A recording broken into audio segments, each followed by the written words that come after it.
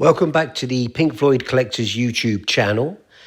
This is going to be the February news roundup. So we'll just look back over the last month and just highlight some things that have happened in the Pink Floyd universe. First of all, we're going to start off with a reissued album from Marianne Faithfull. She's going to be reissuing her album in March, and one of the tracks on there is a Roger Waters composed song, Incarceration of a Flower Child. And to celebrate that and to draw attention to her release, she's actually uploaded her demo. So it's quite interesting to hear this song. It was obviously never released, and as far as we know, never really recorded by Roger or Pink Floyd back in the late 60s. So that's quite interesting to hear her version of the song here if you haven't heard it before. At the beginning of the month saw the release of Pink Floyd, Made in Japan. This is a resource book if you're looking at starting to collect items that have come out of Japan regarding Pink Floyd and solo ventures. It's by a close friend of ours in the group. He's kind of our resident expert, if you like, on Japanese releases. It's Lucilio Batini. I'll put a link in the description, and that'll take you to Amazon.com and you can order this. It's a great resource because it does get to be a minefield, the whole Japanese releases and reissues. So if you want to see a nice setup, some nice photographs, and just get an idea of exactly what's available, I certainly recommend checking it out. Another big release this month, and it's actually something that includes ourselves. So it's a little meta here, having some news that actually features ourselves. But the fantastic resource website, pinkfloyds, that's with a Z.com, actually reached out to us some time ago and asked for some help creating a collector's hub. So this is, if you like, one place you can go and get a nice overview of exactly what's available to collectors and just trying to verify some items. It's not just ourselves. There are other people involved in this. And in fact, anybody who's got something, if you want to share it, send it over to them and they'll host it. Liam over there does a fantastic job. And like I say, this is going to be ongoing, so it's going to keep growing. But check that out. That's over at pinkfloyds.com. And you'll see the banner there and click that on. And like I say, you've got a wealth of collector's items there. Friday the 15th of February saw the release of Pulse, restored and re-edited. So this is a new cut, if you like, of the original Pulse. This is the same version that was released last year as part of the later years box set. So this is just an independent release. It's issued on Blu Ray and DVD, so you can make a choice there. The release comes in a blinking lights box. For those of you that are old enough to remember, the original audio CD came with a pulsing light. And this was all to do with the video from the Dark Side of the Moon that was played at Earl's Court and other live shows in 1994. From memory, there was a red light that was pulsing in the middle of the screen, and that's where that comes from. But anyway, a great release, an independent release now for it, so you don't have to buy the expensive box set now. You can just purchase this if it's something you're after. Another significant release this month was Brain Damage, the definitive Pink Floyd podcast. The doctor over there, the resident DJ, has uploaded Eclipse at Rainbow Theatre. Hard to believe 50 years have passed since these shows in 1972.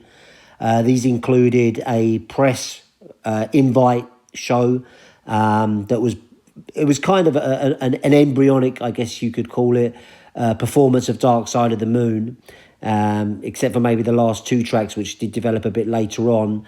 But certainly this podcast captures the mood, captures what Pink Floyd were thinking in terms of the music for the album in the future. Definitely worth checking out. If you're unfamiliar with Matt's podcast, Matt being the doctor, I would certainly recommend getting over there. I will put the link in the comments. Record Store Day, which takes place on the 23rd of April this year, will see the release finally on vinyl of Pete Townsend's Deep End. This is the Face to Face.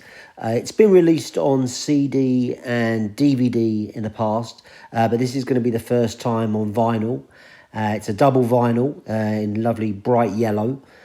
Of interest, of course, to us because David Gilmour is an invited guest here and plays on most of the concert.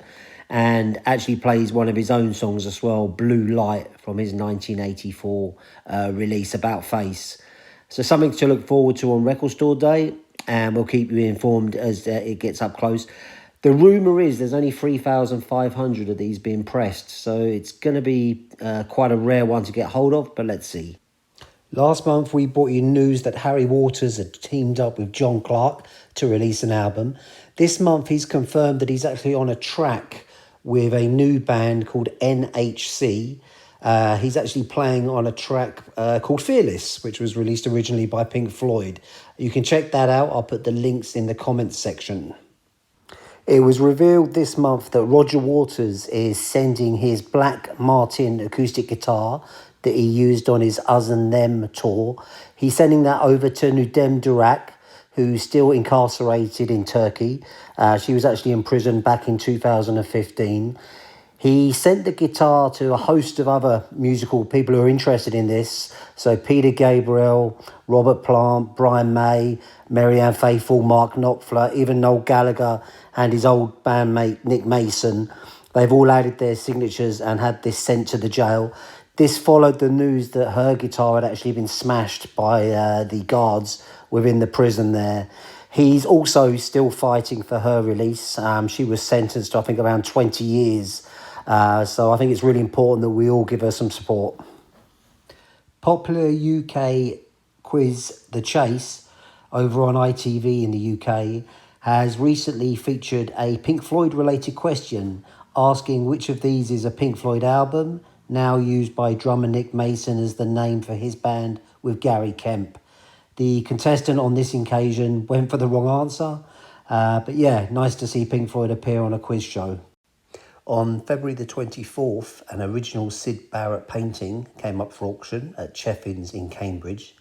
The auction eventually sold for £9,000, so a well-respected figure for an original Syd Barrett painting. On the 26th of February, over in Stockholm, Sweden, the band Men on the Border put on a special concert and played Syd Barrett songs to celebrate the fact that it had been 50 years since Syd last put on a concert in the UK, and that was actually his last performance in Cambridge. The event also saw Keneth Ekberg's photo exhibition, where he unveiled some photos which hadn't been seen since 1967. He was a photographer back then as a teenager and took some great shots. I will put a link in the description for this video, so have a look there and you can go over and 1, browse the photos, and 2, purchase them as you wish. A big thanks to Dennis Veek, who covered the event for us and was able to share some stuff that we could put out on Twitter as it was taking place. Thank you. That concludes our monthly look at Pink Floyd news and a bit of a roundup of what's going on.